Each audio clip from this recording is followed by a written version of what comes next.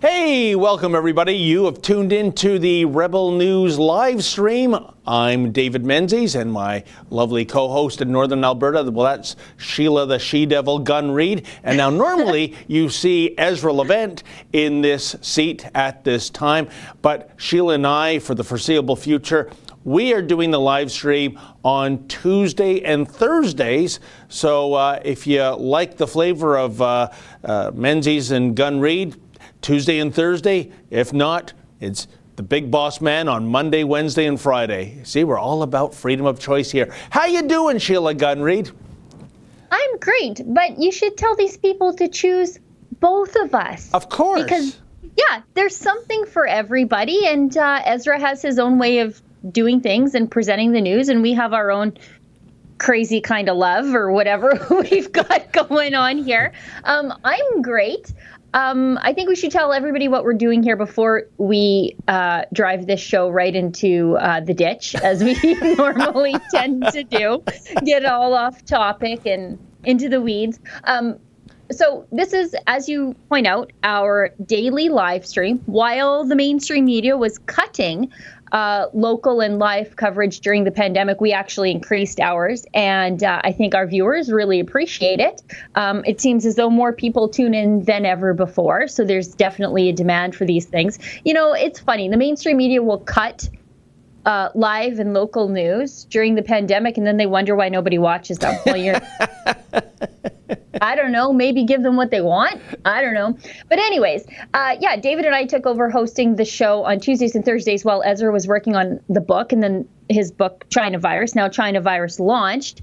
And Ezra has kindly allowed us to continue doing what we do, which I think is fun, and it breaks up the monotony of the week. And I like interacting with David outside of work. I think we're good friends and good colleagues. I like interacting with the people, and I like giving the people a chance to have their say. And one of the ways that people can have their say and support the work that we do here, because we're not like CBC, we're not going to just rob your pockets. We'll ask you nicely, and if you want to help us, great. And if you don't, that's great too. We have lots of free content on the network. But you could do something called a super chat. And if you go to the bottom of the very vigorous live chat that's already happening, there's a little $sign, and you can click on that, and you can throw some money in the super chat, and that'll highlight your comment and pin it to the top, and I will read it, or David will read it. And if we miss it, then Mr. Producer Justin will send it to us, and we'll read your question or comment on air. And maybe it's a topic that you want us to discuss or a question that you have for us, but we'll do our best to address it either way. And it's a great way for you to support the work we do here. 100%. And you know, folks, let me tell you a little about Sheila Gun Reid. You know, when I fell in love with Sheila Gun Reid, it was in Israel when she revealed to me that she once owned a Subaru Brat, which is one of my dream oddball vehicles that I want to acquire. And it was such an ingenious vehicle by Subaru, because if I remember, it was built in the early 80s, and it was something to get around tariffs to qualify not as a pickup truck but as a passenger vehicle. So I don't know if Mr. Producer can find a photo of the Subaru Brat. So what Subaru did, in the bed of the pickup, they installed two rear-facing seats. And they were like lawn chairs. They weren't even like, they were just like plastic chairs, like something that you would just like put a metal frame on and then put it in your yard around the fire pit. These things were bolted into the box of this little tiny cute pickup truck. Mine was bright yellow, by the way. And if I had had more warning about you bringing that up, I would have shared a picture. Now, does that have the seats installed? I can't. It does. Okay, then. Yeah. Look at that. That's a cool looking. There's a very like El Camino Ford Ranchero vibe going there.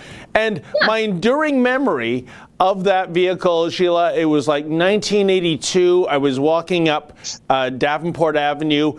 It was a torrential rainstorm. And there was a Subaru Brat going by, and the two occupants in the seats, their clothes were painted onto their bodies. You've never seen such misery. I mean, it's a great idea on paper if you're in a temperate climate, right? But the idea of driving around 365 exposed to the elements in Canada, it just doesn't work. But you should never have gotten rid of that vehicle, Sheila Gun Reid. I know. I regret it all the time. And they're so hard to find. I know. It's so hard to find parts. All the parts have to come from California pretty well, because that was like the only place that vehicle ever made sense. But yeah, mine was bright yellow. I got it at an auction sale, and yeah, I regret ever parting with it. And it wasn't all that. It wasn't that long ago. Like, it was maybe 6 or 8 years ago. Like, it wasn't that long ago that I had it, and I regret it all the time. I think everybody has one of those vehicles that they that they sell or they part with for a number of different reasons, and that's the one for me. It's the vehicle that got away. And let's throw that out there. You have a dream vehicle, folks? Say what it is. Mine, of course, is the Performance Batmobile built by Fiberglass Freaks in Indianapolis. It is, however, $250,000 US. And of course, I'd have to buy a Batman costume to go with it. So unless I get some, Lotto Max money my way. Oh, no, I can't. I'm boycotting Lotto Max. I forgot. Lotto 649 money my way. That's not going to happen. But in any event, Sheila, we should get back to business here. We have a brand new rebel, don't we? And I thought she more or less hit it out of the ballpark with an interview she did with a guy that if I ever bumped into, man, would I love to buy this guy a beer and have a heart-to-heart chat. So I figured, since David Menzies has been having so much fun covering the protests over on the east side of Canada, actually scratch that, maybe it's not always fun and games, since David and some of the other crew members have been assaulted for covering such stories. But nevertheless, I thought it would be a good idea to highlight what a protest out here on the west side of Canada is like. I'm Drea Humphrey with rebelnews.com, and on Sunday afternoon, approximately 50 people took to the streets of Vancouver, BC to protest the pandemic lockdown. This is part of an ongoing No New Normal protest that meet weekly. Protesters held signs in opposition to things like masks, contact tracing, lockdown restrictions during a march that started at the Vancouver Art Gallery. The No New Normal protesters want businesses, schools, churches, sports, and community centers to be fully open, and they definitely don't want to be forced to wear a mask. The protest marchers attracted a lot of attention from public, and some of it ended in peaceful disagreements. But not everyone there was opposed to the protests or the protesters' message. Numerous vehicles passing by honked in support, as well as one pro-Trump black man who told me he was stranded in Canada during the coronavirus-inspired border controls. I asked him about Black Lives Matter, Canadian media's obsession with hating Trump, the pandemic new normal, and what he thinks is behind the new societal discord. I think you're really gonna enjoy, or be blown away, I'm not sure, at what he has to say. Check it out. Okay, so you were just walking right by the protest and you kind of just said, hey, those are my people. Right, absolutely, because I've been preaching the truth, realizing that this whole COVID situation is all bullshit. Let me mic up. Oh, sorry, I'll just hold it. Okay. Yeah, I just been realizing that this whole COVID thing has just been all bullshit. Propaganda, ways for them to continuously keep these borders closed. The whole lockdown just had a whole effect on our whole immune system, our whole health. And they just want us sick. And the perfect timing with this election coming up in November. And now, like, I'm an American citizen. I actually been stuck here in Canada since this whole situation has transpired. Yeah, so. Okay, so you're seeing both sides of everything. Right. What do you think about Canadians' obsession with hating Trump? What do you think that's all about? It's the propaganda. And I really think that I would advise people to use, for me, I didn't really know too much about politics, but what I seen was there was a couple times there was headlines saying Trump said this, Trump said this. And after thoroughly investigating and watching the video or whatever media or content was being promoted, and I actually got to see what Trump was actually saying, it wasn't whatever the headlines were being pushed. So for me, I've never seen in America, honestly, in all my life, I've never seen, and not to put labels on it racist, but white media attack a white man so much. I've never seen it ever in my life. So I think that obviously there's something that he must be doing right, because these people own all the major media outlets, and I know that they put propaganda out just for people to believe this narrative, that narrative. But if people do the research and just dig a little deeper and have an open mind, that they'll realize that Trump is actually for the people. And I think that just America has just pressed this narrative that I think that people just assume, like, people, most people are sheep. It is what it is. I ain't here to play no games, but I feel like most people are just sheep, and they fall into this way of thinking because that's how most people think. So right. my advice is for people to just do your due diligence, do your research, just dig a little bit deeper and kind of block out the noise, the white noise and everything that you've heard, and just kind of be informed for yourself. Not like being informed based on what this person has told you, that person has told you, but just do your own research and have an open mind and discover your own opinion. Right. And then what about Black Lives Matter? Do you think that ties into any of all this? No, or? But Black Lives Matter is government. Black Lives Matter is what's homeboy's name? Marxists or No. George Soros, government, Boule. Like, so Black Lives Matter, the movement has been hijacked. It's not, the movement has been infiltrated. So, and then when you really look at it, what Black Lives Matter only when it's police brutality? Black lives don't matter when them 6 children got murdered in Chicago on Father's Day. Where were they at then? They wasn't out marching and protesting and this and that. But Black lives only matter when it's when it's a police taking a black life, but not when another black person is taking another black life. So that whole movement is bullshit, and it's just a form of distraction to keep us distracted, and to keep more separation amongst the people, to keep us divided. Divide and conquer. It's a simple war tactic. For Rebel News, telling the other side of the story from the streets of Vancouver, I'm Drea Humphrey. Well, Sheila, first of all, what a great debut by Drea. That was a magnificent report. And of course, what made that video was her finding that person that she interviewed. Now, of course, Sheila, I must say, despite his skin pigmentation, according to Joe Biden, he wouldn't be a real black man because he's pro-Trump, apparently. So, wow, isn't it great to see that there are members of the black community that don't buy into the Democratic Party's narrative of stay on the Democratic plantation, that they are thinking freely, that they are pro-Republican.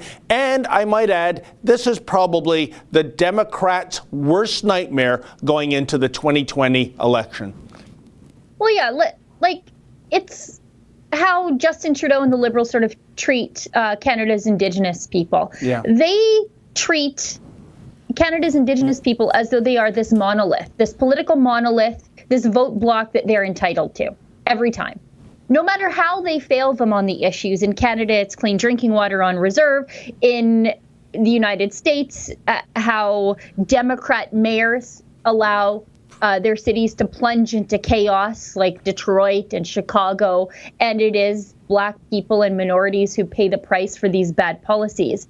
And yet still, after all of this, they feel entitled, like Joe Biden is, to their votes. And it's very, I hate to use the word because it's a word the left always uses, but it is very paternalistic. It is so paternalistic to think that simply because you're on the left, that you're entitled to the votes of a certain ethnic or group, a demographic group. Black people are just as independent as the rest of us, likewise with our Indigenous people. And they can think for themselves. They don't need Joe Biden to tell them how to vote or think. And, it was great, just getting back to Drea. Now that I've gone off on that tangent, just getting back to Drea. For Drea's debut, that was really great. And she did something that the mainstream media doesn't do, and that's go where the news is. She heard about this protest. She went down to have a look at it.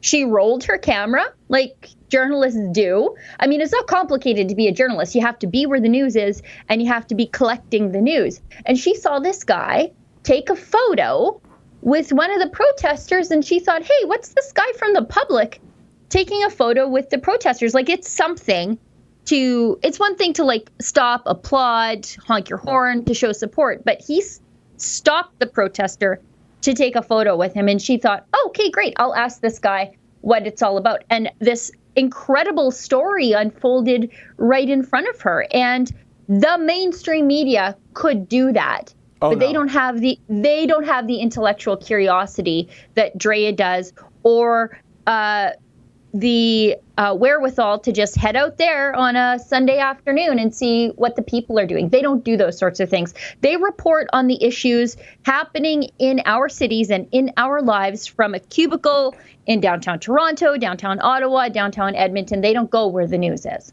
You're absolutely right, Sheila, and it's even worse than that. And I know we have a lot of super chats. Before we get to that, I'll back up an example that supports your position.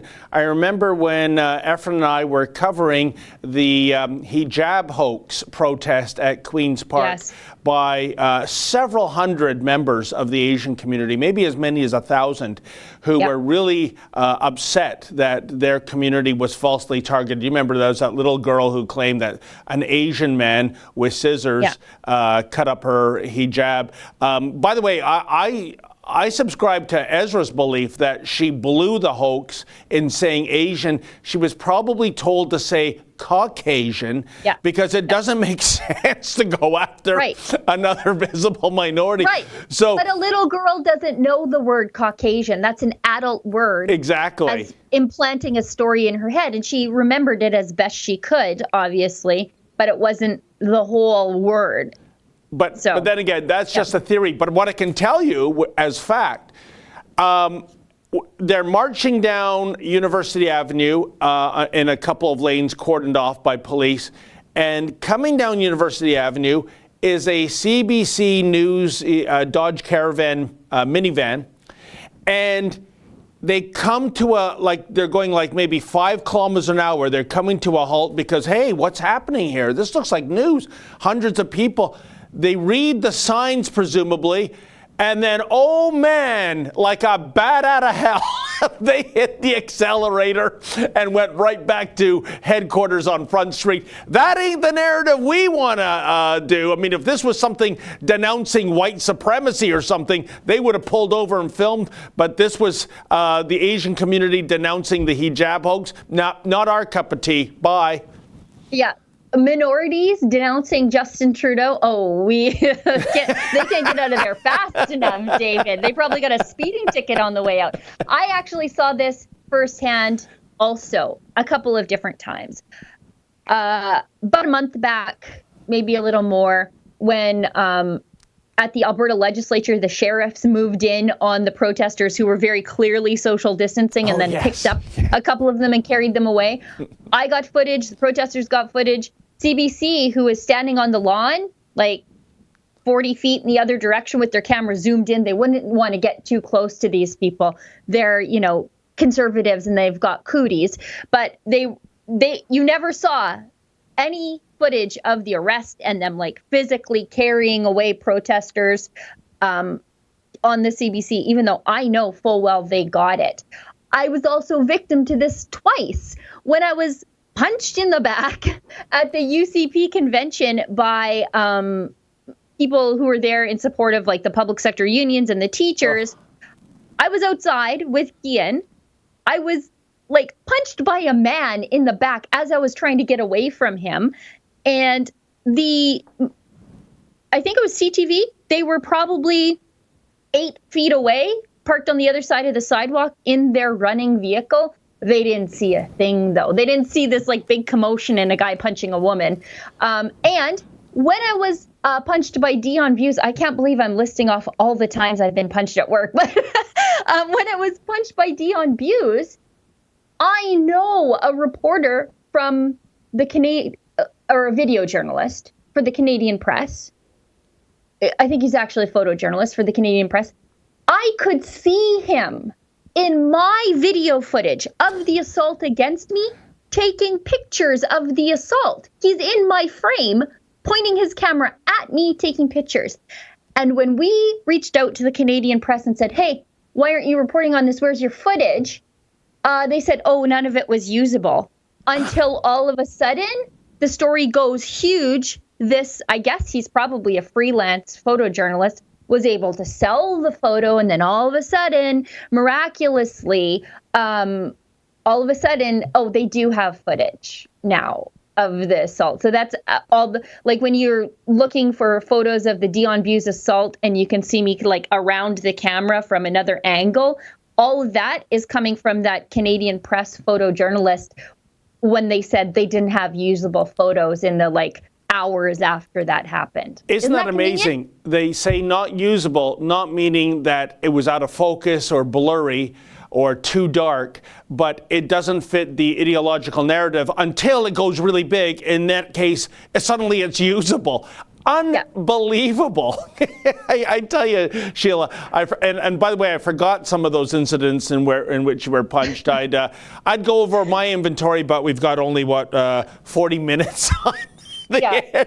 So you're the most molested journalist in all of Canada. You just go out onto the streets and you have all these weirdos just putting their hands on you every time you leave the house. It's crazy. It's just too bad the Ryerson School of Journalism back in the 80s when I went for 3 years didn't have like a mixed martial arts course. That would have been way more effective than half the bird courses I took. Anyway, Sheila, go right into those super chats.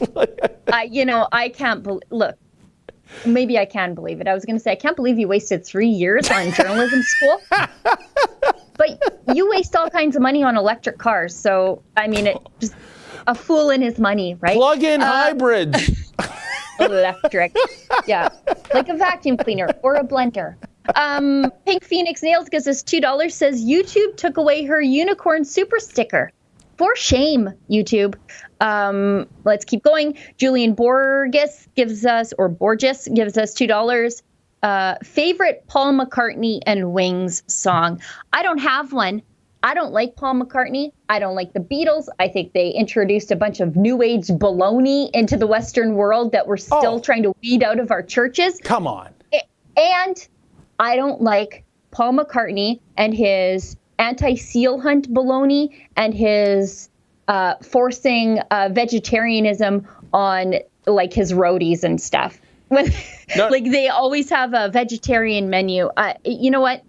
If you believe your food has vibrations, that's your business, but please give everybody else the option of eating the things that sustain human life. But Sheila, I'm going to take you to task here because in the department, like what you said about Paul McCartney's political and ideological beliefs, I'm 100% with you.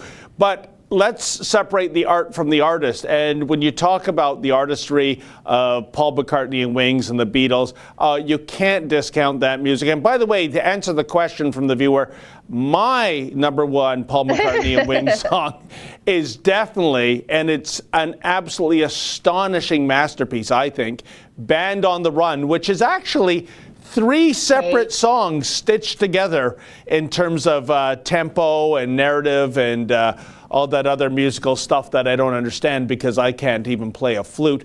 But anyways, that is my answer, Band on the Run. I don't think the musical contributions outweigh the cultural damage caused by the Beatles and Paul McCartney. I just don't. I do my best. I really do. I do my best to separate the artist from their politics. For example, I love Once Upon a Time in Hollywood. I love that movie. I cannot stand much of the politics of the people who are in it. I can't. I don't, it's... And that's what you have to do. You have to park your beliefs. Oh, and by the way, fake Deborah Harry says her favorite Paul McCartney and Wings song is Mrs. Vanderbilt. I don't know that one. Of course, she's so obscure. Do you know that? But no, I don't. Margaret is so obscure, but I think that's why I think she's so smart. She is. She's quirky. She's quirky yet feisty. A bit of this, a bit of that. Anyway. Yeah. She's one of them pretty nerds. John P gives us $27.99. Y'all need someone out in Niagara. I got spare time to contribute as a conservative voice. You know, David gets given her out there in the Niagara region once in a while when a story takes him there. David, you cover so much ground in Ontario. Huge province, but you seem to be getting around that whole bottom part of it. Well, you know, Sheila, in March, when the economy first shut down post St. Patrick's Day, we did go out to Niagara Falls, and I'm glad we did because I think it was a once-in-a-lifetime, definitely a once-in-a-lifetime, once-in-a-century moment where we went around Niagara Falls and it was a ghost town. And there are many ghosts, but what made it so eerie were all these, you know, circus sideshow attractions, wax museums, Ferris wheels, all deserted, all empty. You know, even the falls itself, which, remember, Niagara Falls is a tourist destination, I think attracts something like 35 million visitors a year, which is almost the population of Canada itself. And there was only maybe a half a dozen people looking at the Horseshoe Falls. It was so eerie. And you know what? And it was heartbreaking because, again, you look at how many people's businesses have just been destroyed by this ludicrous idea of shutting down the entire economy when we should have directed our resources to those who are the most vulnerable. And of course, I mean the elderly, the infirm, those with respiratory diseases that are in long-term care facilities. But so, but I'm glad I went to see it for myself because if I hadn't seen it, I probably wouldn't have believed it. You know, and like you point out, heartbreaking. It's the height of tourist season. And nobody's in Niagara Falls. Let's keep moving. I hope everybody can separate my bad musical tastes from my political work and journalist work that I do here. I realize that I'm condemning the Beatles for the things that I'm probably guilty of right now. Cindy Remmer gives us $10 Canadian. My car is called Pearl. She's pearly white. You know what? I used to drive a gold. I guess it was gold. I don't know what the official color was. A gold F350 dually. Wow. And we called it Champagne Lightning. That was my daily driver. I had 2 car seats in the back. You know what? That raises an interesting question. I remember once reading a story about that. Do you give your car a nickname, right? Do you call it something? And I think, for me, maybe for a lot of guys, it's when it's the middle of January and it's minus 40 and you turn the key and it's and you start out like this, oh, come on, baby, right? And then when baby doesn't turn over, well, you end up using a word that rhymes with witch, I think. So those are my nicknames for those inanimate objects. That's because your horrible little electric cars don't work in Canadian winters. It has always turned over. Sneaky Beaver gives us $5 Canadian and mandatory face diaper for all Quebec on Saturday. What's your take on this? I'm not acquiescing to the government this time. I feel robbed big time. It's funny because we were told for the longest time that masks didn't work. We didn't need them, shouldn't wear them. And now the government is mandating them. And they're relying on the same expert advice that told them you shouldn't wear them. And those experts were merely being political. They were covering for the fact that the Public Health Agency of Canada threw out a bunch of masks and never replaced them, and also that Justin Trudeau shipped almost our entire strategic stockpile that remained over to China, even though they make the masks in China. I think I'm not against masks, but I am against this mixed messaging that's come from the very beginning from the government. They said closing the borders wouldn't work until they closed the borders. Then it wasn't racist to say those things. So it's hard to rely on expert information when your experts are actually political and not really scientific. Well, Sheila, I was recognized on Saturday in Richmond Hill by someone who told me she's a nurse. I won't say her name or the hospital she works at, but she said this mask policy is absolute hogwash. This is from a veteran nurse. And I'll tell you, I think it's just, Ezra said this before, that so many of these government officials have gotten a taste of totalitarian policy, and they really like the taste. And we're seeing, I think, the nanny state on steroids. And I think you, my friend, last week had one of the best commentary. It made me laugh out loud so many times when you had the city of Toronto and I think Dr. Teresa Tam weighing in on Wuhan virus sex tips. The number one being consider, what did they call it? Solitary sex? Like they said something like, yourself is the safest sex partner. Like, what is that? Listen, City of Toronto. Idea of a government worker saying I want you to pick up the trash, pave the streets, give me clean drinking water, take the trash out of Nathan Phillips Square when they camp there. How about that? Don't be spending my dollars on COVID-19 sex tips. I think we can figure it out. Anyways, more super chat, Sheila. Yes, please. Okay, Connie McDonald gives us $10. I don't see a super chat. Thank you very much, Connie. Tetra Resin Stone gives us $9.99 Canadian. Sheila, any Jessica Wax My Balls Yaniv update? It sounds like they're charging him. And Kian's got an update on the Rebel website about that. He was at the legislature doing other work because we go to the legislature even though the other journalists don't want us there. And we're going to keep going because kicking us out of places, well, that's how you get more Rebel and not less. But yeah, Kian got word of some breaking news that Jonathan Yaniv was going to be arrested, and he did a video about that while he was there, and you can find that on the Rebel website. So finally, I think the law is truly going to catch up with Jonathan Jessica Yaniv. And I know that he still awaits sentencing for some weapons charges, and we'll be sure to cover that too. Maybe even Drea will head down there and cover that since she's in the Lower Mainland. But Sheila, let me tell you something. Here is the tragic epilogue to that story if it ends up that he has to do jail time. They're going to put him in a women's correctional facility. He just has to say, I'm a chick, even though I've got testicles, and yep, that's good enough. And he will once again, no doubt, prey upon people in that facility.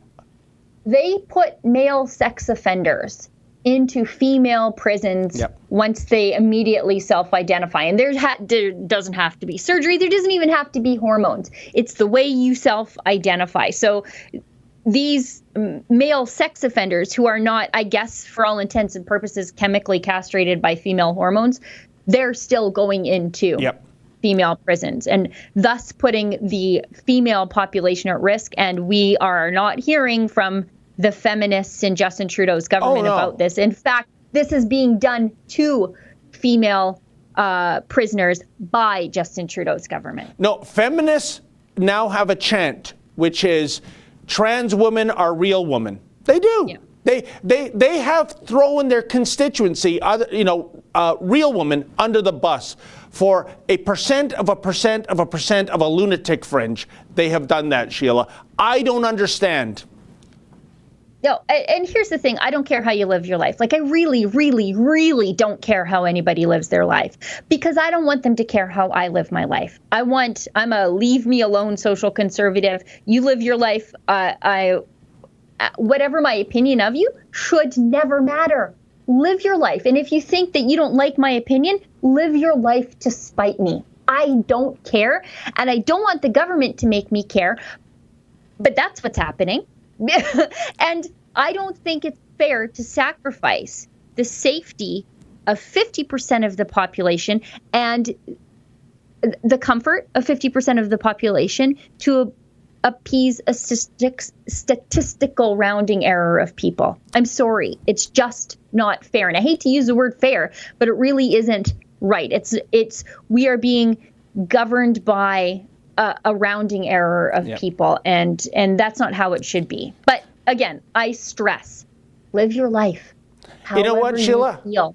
I'm sorry, my friend. I'm calling BS on what you just said about live your life, because you continually pick on members of the plug-in hybrid community. Live your life to spite me. plug that car in and do it to just think this one's for you, Sheila, every time you plug that horrible little car into the wall. You know, when you think of it, when Jonathan does go to jail, if he does go to jail, he'll be kind of a plug-in hybrid too, won't he? Okay, let's keep going. Moving on. Moving on. Okay, Muzzle Flash gives us $5 Australian. I think the exchange rate between our pesos and theirs are pretty close. Second wave in Australia, Aussie, Aussie, Aussie, oi, oi, oi. Is it the second wave? Are you guys like getting the second wave? I haven't been paying attention all that much to what's happening with regard to Down Under. And I know I really should. We have a large constituency of people who watch us down there, or at least a sizable constituency, and we really should be paying closer attention to what's going on there. Sheila, is it a second wave, or is it a fact that there is just more testing being done? This is, it's so, unintentionally funny to see the U.S. media crucify Donald Trump with these out-of-control coronavirus positive tests, when the fact is they've tested well over 40 million people. And what they don't report on, Sheila, is the number of deaths. That's the most relevant statistic. Or sick hospitalizations, intensive care. Like, I'm going to be talking to a Florida-based journalist, Alex Newman from The New American, on my weekly show, The Gun Show, which sits behind the paywall, but you can subscribe at rebelnews.com/subscribe. I think it's only $8 a month, and you get access to my show and David's show and Ezra's nightly show. So it's, it's worth the price of admission. But he's a Florida-based journalist, and I was emailing him back and forth to ask him to come on the show and tell him the things that I wanted to talk about. And I'm like, Alex, if this email finds you, I know that you're probably already dead, because I get my news from the mainstream media. And everybody in Florida is dead right now, so I'll avenge you. But because in Florida, they're doing mass testing. So they're getting, of course, they're finding the positive people in society. But those are not reflected in their hospitalization rates or intensive care rates or their deaths. And everybody's like, Florida, their plan failed because Florida didn't really close their businesses. They really didn't close their outdoor places. They let people go to the beach. They said, keep it a little bit under control at the beach, but, go to the beach, get some fresh air.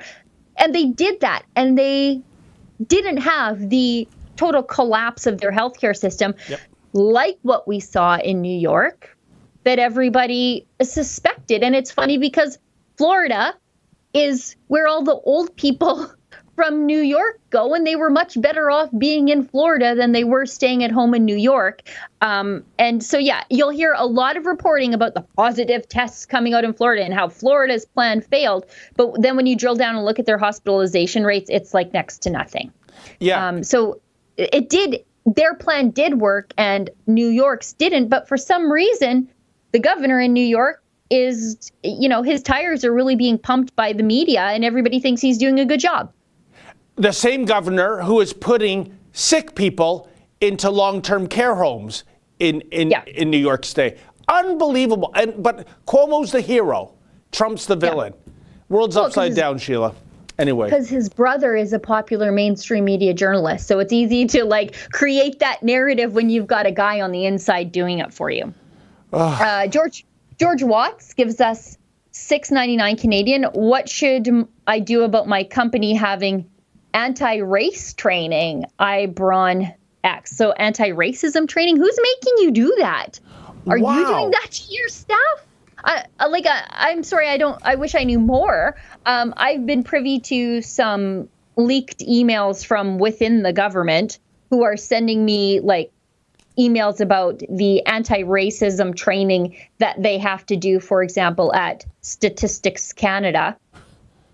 And it sounds pretty darn crazy and ridiculous. And it makes you seem as though you're naturally racist just by virtue of not being an ethnic or religious minority, which is racism in and of itself, isn't it? Well, Sheila, that's an uncanny email to get, given the timing, because I'm later today I'll be doing a report on the Public Service Alliance of Canada. So that's a public sector union. So in other words, our tax dollars are paying for this. Last night, they put on an anti-racism seminar for their members. Oops, I mean their white members. But if you're a person of color, you can join. But I mean, what does that say, first of all? They're basically saying that if you are black, brown, Asian, naturally you are non-racist. This is directed to white members, unless, of course, I'm proven wrong and they have an anti-racism seminar for those groups, which I doubt we'll see. But here is the most egregious thing of all, folks,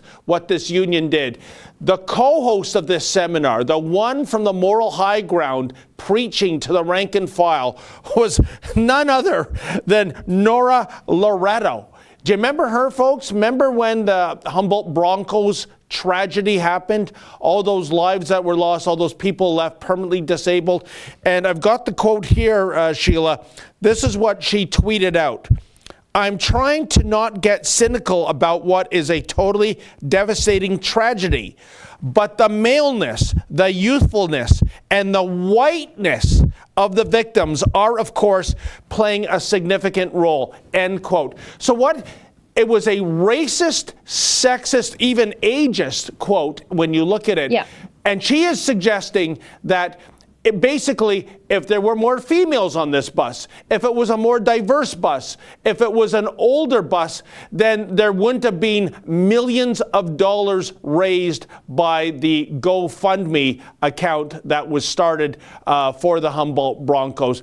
Can you imagine, Sheila Gunn-Reid, that in this day and age, in this cancel culture that we have, Don Cherry, for standing up for the poppy and using the phrase, those people or you people, is made to walk the plank. But this sick puppy, this racist, sexist woman, on the taxpayer dollar, is invited to give an anti-racism seminar to the rank and file of the Public Service Alliance of Canada. That is disgusting. Well, and just imagine how the families of the Humboldt Broncos feel about her being given this opportunity and paid so handsomely. If there's somebody in this country that deserves cancel culture, it's her. Yeah. And yet she is being redeemed by this public sector union. And look, I believe in redemption, but with redemption comes acknowledgement of the sin and then penance. And she's being redeemed with none of those things. She's just, you know, they're just like, oh yeah, she's this horrible, horrible person who said these things about dead boys on the worst day of these families' lives, devastated this entire community, the hockey community, and in turn, so many people who feel connected to that in Canada. And here she is getting paid, no doubt, handsomely by union dues of public sector union employees to have her image rehabbed. It's revolting, actually. And I could go on this subject forever because I've got a real hard time with PSAC giving anybody lectures on racism. They support openly BDS, the boycott, divestment, and sanctions of Israeli companies. They're on a don't buy from Jews campaign. So that sounds a lot similar to a few things that have happened historically, I would say. And yet they're out there lecturing other people on racism. Give me a break. And you know, this all, as everything tends to do, it sort of flows over into Alberta, because last week, Premier Jason Kenney introduced a law that would allow union members to opt out of political activities from their unions. So your union dues cannot be used to fund political activities that you disagree with. I mean, if you're going to mandate these poor souls into joining a union when they don't want to, that's bad enough. But it is even worse that their union dues are used to fund political activities. So blue-collar pipeline workers who vote Jason Kenney and have an F Trudeau sticker on their truck, their union dues right now can go to support Rachel Notley, or an anti-oil campaign, or Nora Loretto. Jason Kenney's trying to change that. And the unions are absolutely beside themselves, because for them, they want to force Jewish union members into supporting BDS campaigns against Israeli companies. And it's the right thing to do to stop this. It is freedom of association. Yeah, it's amazing, Sheila, that, much like we said, how the feminists have thrown women under the bus in terms of their aspirations for political correctness. Unions that represent, the lunch bucket brigade, the blue collar hard hat guys, they've thrown them under the bus by embracing, social justice campaigns like global warming and anti-carbon. They don't even know who their own audience is. One last note about Nora Loretto. You and I, we believe in free speech, even if it's odious free speech. My line in the sand, as I've always said, you cannot use your pulpit to advocate violence or death against an individual or a group. Other than that, everything goes. Here's the thing with Loretto. You can say all these odious, disgusting, egregious things you want on Twitter. Don't pay her with my tax dollars. Do it on your own coin. That's my issue here with this Public Servants Alliance of Canada giving her a speaking gig. And of course, Mr. Producer is screaming in my earpiece about the super chat. Okay. Yes, we'll get there.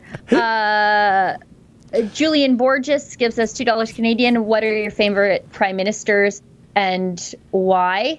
I'm a big fan of Deef the Chief. Diefenbaker, Western prime minister at a time when there were no Western prime ministers. I also admire his extension of the rights we all enjoy to Canada's Indigenous people. That was a real game changer, and it was reflective of the Conservatives' ongoing commitment to human rights and equality. For some reason, the Liberals get credit for much of that, but it was us. It was always us. And there's a great clip, if you Google it, of Diefenbaker reacting to Paul Henderson's winning goal in the 72 Summit Series. I mean, because he was a very non-excitable man, but I won't say anything more. You got to watch that. I would say in my life, if I had to pick a prime minister I most admire, I'm going with Stephen Harper, Sheila. I miss him dearly. And I think I speak for so many, especially those who support the Conservative Party, post Andrew Scheer and post God knows who will be probably emulating Andrew Scheer. Wow, Stephen, please come back.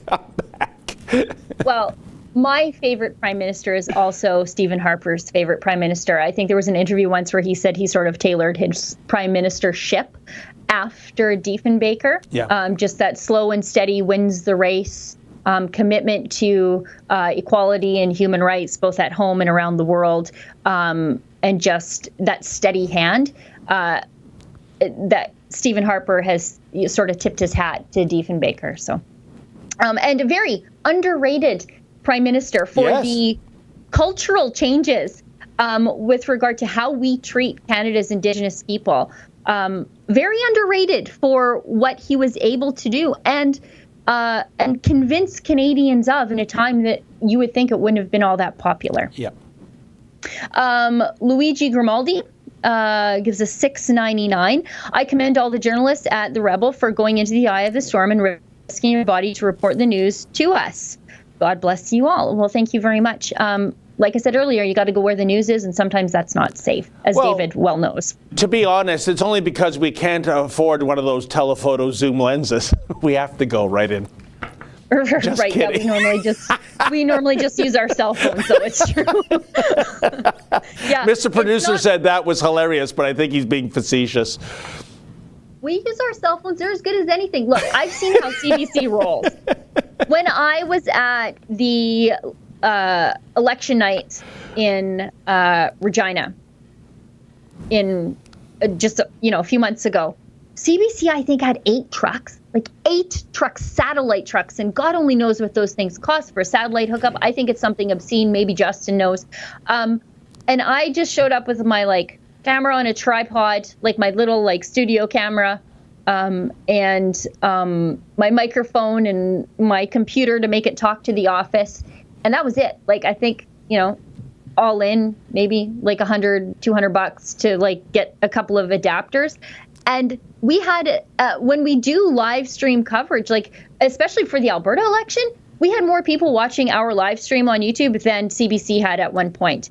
And they do it with $1.5 billion, and we do it on next to nothing. So, yeah, we don't have telephoto lenses because we don't need them. We're not wasting anybody's money on that. David G. gives us $10 and said, I was listening to Tom Fitton from Judicial Watch. They do great work. Talking about voter fraud, and now I wonder, what about Canada? Any evidence of voter fraud here? Also, are there any Canadian Judicial Watch? I do my best to sort of emulate some of the work they do at Judicial Watch through constant access to information and freedom of information, because that's primarily what they do. Now, they focus a lot on the courts. I focus more on government accountability, but with regard to voter fraud, there were a lot of fake voters on the last voter roll, and that sort of came out in, I believe, an access to information investigation done by Blacklock's reporter, I want to say, who also do a lot of similar work to Judicial Watch, and they have a subscription model if you want to support them, because they do a lot of the work that the mainstream media just refuses to do. Kane Enmark gives us $2. Kane, you're late to getting around to super chatting us. This American is a hottie. Are you talking about Drea? Because she's in the lower mainland of BC. She's as Canadian as they come.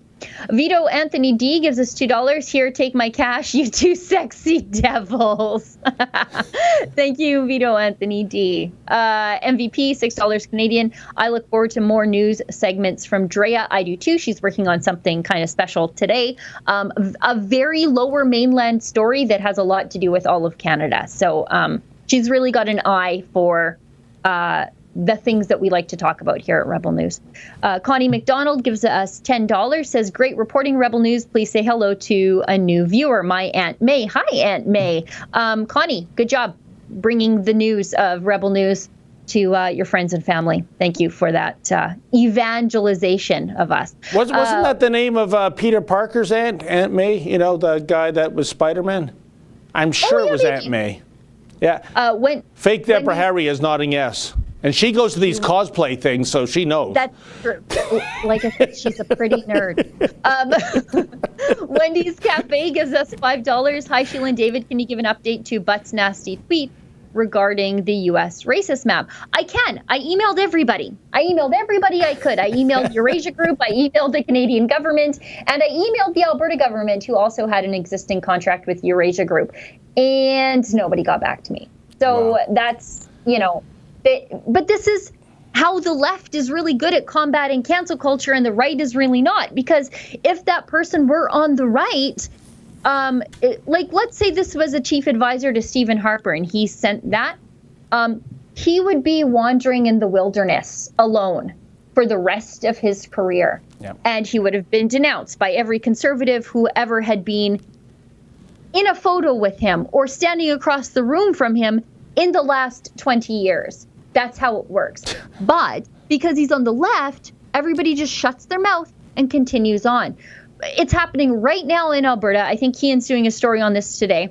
The head of the Alberta Federation of Labor, Gil McGowan, he tweeted out yesterday comparing that law I told you about, the one where Jason Kenney, it's basically a campaign finance law where unions will not be able to use forced union dues for political purposes. Great, it's freedom, right?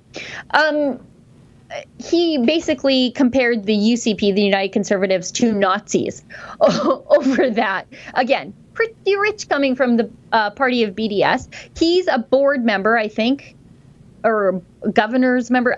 The AFL is basically a voting member of the NDP in Alberta. So however that's structured, I forget the exact way that that's structured. So, I mean, not only is he affiliated with the NDP, he is the NDP. Yes. And yet nobody's talking about it except us. Kean is probably going to be the only journalist outside of me in Alberta who won't shut up about this. Because it's gross, and if a conservative had done that, we would have rightfully accused him of minimizing the Holocaust. Campaign finance reform is definitely not the same as killing 6 million people because you deemed them to be unworthy of life. But this is where this guy is. He's basically lumping every conservative in with the Nazi Party, which only does favors for the real handful of 6 or 7 Nazis that exist in Canada, because now you've normalized them. Yep. Now you've diminished the fact that they are the most evil creatures to walk the face of the earth. Good job. Well, like we said earlier, Sheila, Don Cherry gets canceled. Nora Loretto gets taxpayer-funded speaking gigs at a public service union. That's how we roll in Canada right now. Yeah, I checked the social's still on the air too. So I mean, oh boy, who watches that? Not that you'd know, because I don't think anybody watches it. You have to physically go and check to make sure it's still on the air, because nobody watches it. But I think it's people who are like held captive in nail salons. Like you're sitting there and they're working on your nails and it's on in the background and it's like, oh my God, I have to watch this. It's like how CNN is always on in the airport and the CTV News channel is always on in the doctor's office. It's the same thing. I'd rather have the Cartoon Network on. Wouldn't you, though? Okay, John P. gives us 2099, says it's odd how California Democrats slammed Florida and Texas and Republican-run states. Meanwhile, California wasn't able to contain the virus either. Which virus are we even talking about in California? Because the coronavirus, the plague virus, like they've got a whole host of problems there. Flesh-eating disease in their homeless encampments. So, yeah, while these other states are dealing with, just the coronavirus the way everybody else is, California's got some medieval disease problems rearing its ugly head, because they are just allowing homeless encampments wherever, because somehow that's social justice. Travis Coulson gives us $13.99. My hometown of Orillia, Ontario, has enforced anyone who is not a resident wanting to visit our parks a $50 a day parking fee. Yeah. Is this happening in other municipalities? I had no idea. Like as we said earlier, a little taste of totalitarianism, and it tastes real good, and now they're monetizing it. I mean, as a member of this province, as a member of this country, how is there this system of parking apartheid? If you're from out of town, you pay an egregious premium. That is outrageous, and you know what? I wouldn't be surprised. We should get one of those tickets and fight it in court, Sheila, because I think it's doomed. I think that is outrageous. Yeah. I know, for example, I think it was Revelstoke or Golden, BC, and someone will correct me on which one it was, but one of the mayors there suggested that Albertans shouldn't come. Well, Albertans spend a lot of money in Golden and Revelstoke because it's just on the other side of Banff from Alberta. And so a lot of them have vacation properties there, own resorts there, go there to ski, hike, whatever, and suggested that Albertans shouldn't come. And what resulted was a bunch of vehicles from Alberta with Alberta plates being keyed out there. And so there's a lot of irresponsibility coming from these municipalities. And as you point out, it's totalitarian. I mean, it's the height of tourism season. Yeah. Alberta's got our act under control when it comes to the coronavirus. Why wouldn't you want us to come spend our money on the other side of Banff National Park? And Sheila, for Orillia, which is home to Casino-Rama, that when casinos were allowed to operate, acres of free parking. Come, spend your money at the casino, get cleaned out, and now it's a $50 surcharge. Give me a break. Yep. Lots of super chats, I'm afraid. Lots. Yeah. I know, and we're running out of time. Wendy's Cafe gives us $5 Canadian. Did you know that Wexit is now called Wild Rose Independence Party?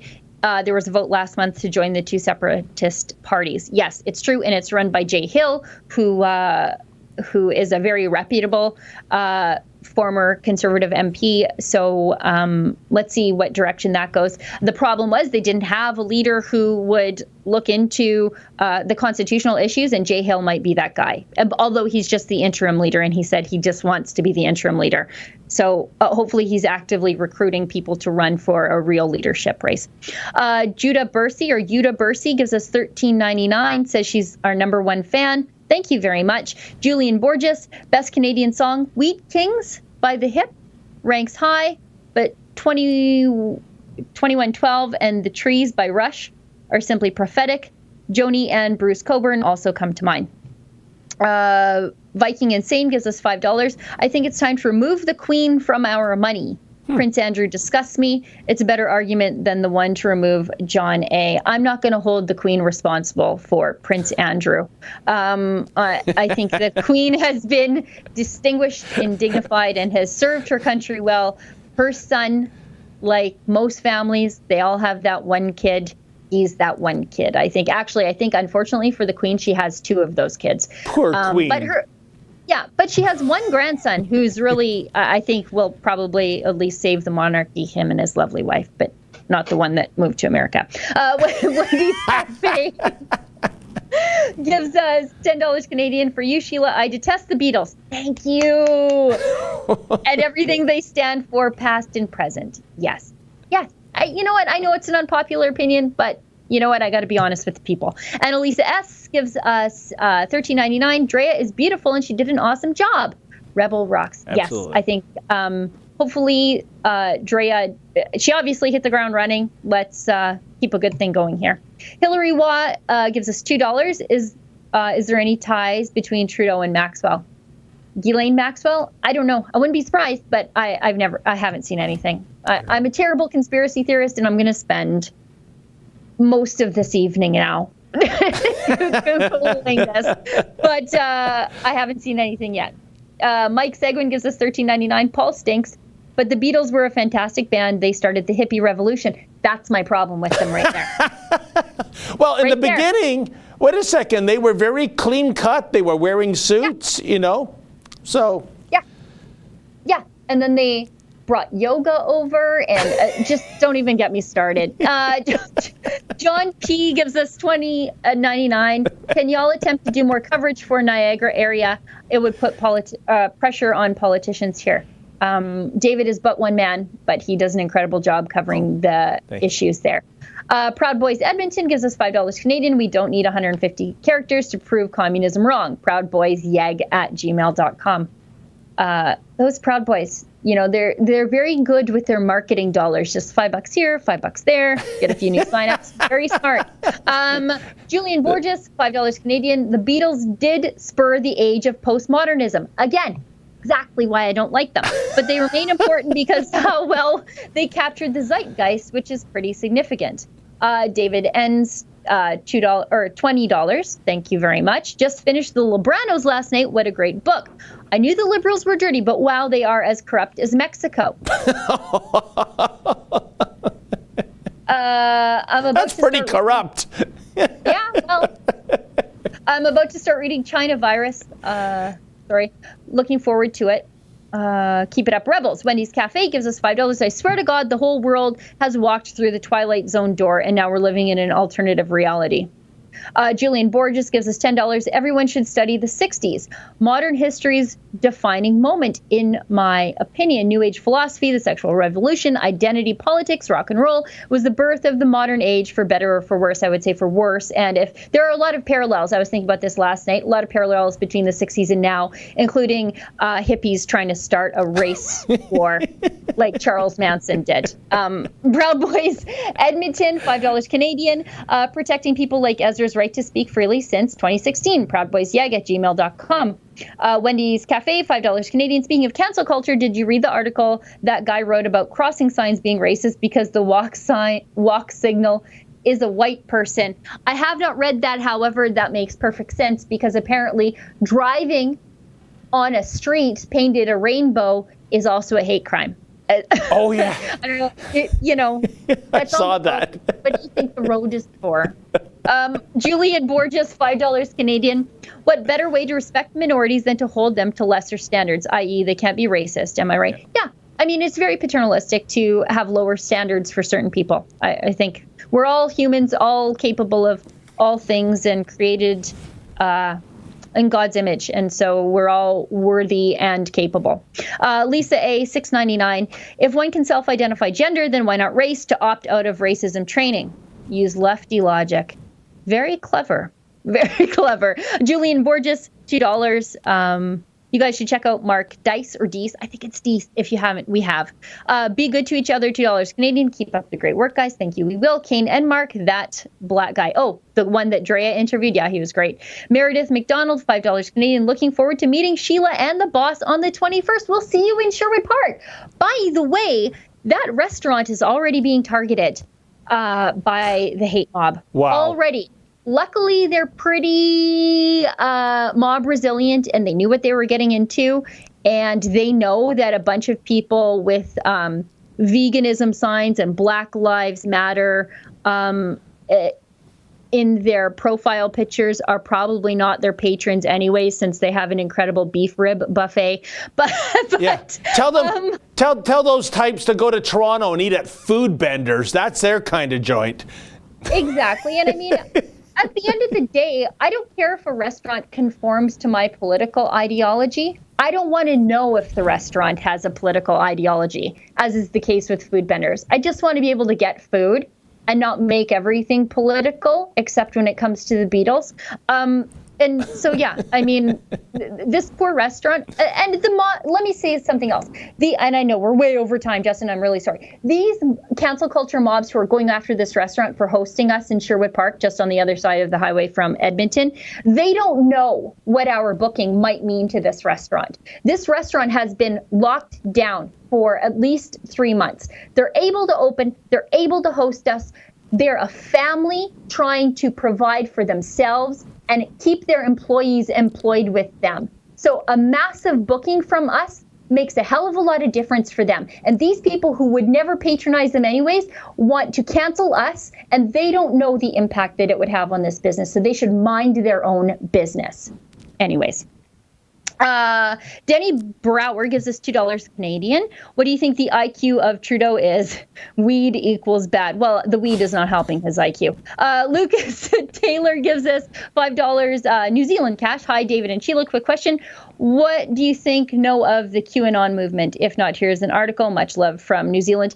You know what? I'm so full of conspiracy theories. I haven't even gone down the QAnon rabbit hole. I'm very sorry. I know a lot of people have, but that's not, there are too many conspiracy facts for me to chase down. Proud Boys Edmonton, $5 Canadian. If you already knew that machine guns have been banned for 60 years, then you're the kind of men we're looking for. proudboys@gmail.com. Yeah, there was a big shooting over the weekend in Toronto again, which is crazy because Trudeau banned all the guns and the good ones twice. So I don't know. Must be fake news. Be good to each other. Give us $1. Thank you very much. Wendy's Cafe, $5 Canadian. I'm 61 and I'm going to start self-identifying as 21 again. Do we get to roll back our broken bodies along with our age? You know what? If Jonathan Yaniv can be a girl, you can be anything you put your mind to. And that's it. And it is 7 minutes past the hour. And very quickly, with favorite cars, Sheila, we got the AMC Pacer. Good choice. Anything made by AMC is retro cool. These are so-called nerd cars. But they did make in the 70s a muscle car called the Rebel. So there you go. I'm not sure there's any left on the road that haven't rusted out.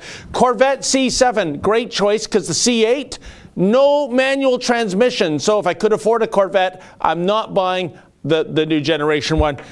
There's so many more, but Mr. Producer says we got to go. Wait, one more. Yes. The AMC Eagle 4x4 wagon. It was ahead of its time. It started That's my dream car, wood panel, beautiful, light truck tires. It's what I want. I bury me in it. It was a four-wheel drive SUV before that became cool in the 90s. So there you go. Yep. On behalf of Mr. Producer, fake Deborah Harry, Sheila Gunn Reid, who is presumably going to play some Beach Boys albums right now, and myself, David Menzies, thank you so much for tuning in. Thank you especially to those who did the Super Chats, and we'll do it all again right here on Thursday, noon Eastern. Good day.